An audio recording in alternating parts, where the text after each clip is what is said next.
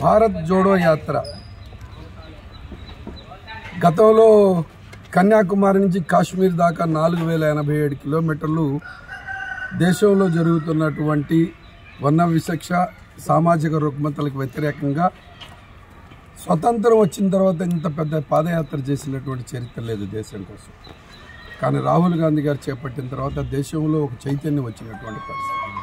మరి అట్లానే ఇవాళ రాజ్యాంగం ప్రకారం వ్యక్తి స్వేచ్ఛను హరిస్తున్నటువంటి నరేంద్ర మోడీ గారి దుర్మార్గ విధానాలకు వ్యతిరేకంగా ప్రతి మనిషికి రాజ్యాంగం కల్పించినటువంటి స్వేచ్ఛ మరి హక్కులను భంగం వాటిల్లినా కూడా నరేంద్ర మోడీ గారి నోటి నుంచి ఒక్క మాట రానటువంటి మరి ఇవాళ అనిశ్చిత పరిస్థితిలో పార్లమెంట్లో కూడా చర్చించకుండా పారిపోతున్నటువంటి పిరికి ప్రధానమంత్రిగా ప్రజలు భావిస్తున్నటువంటి తరుణంలో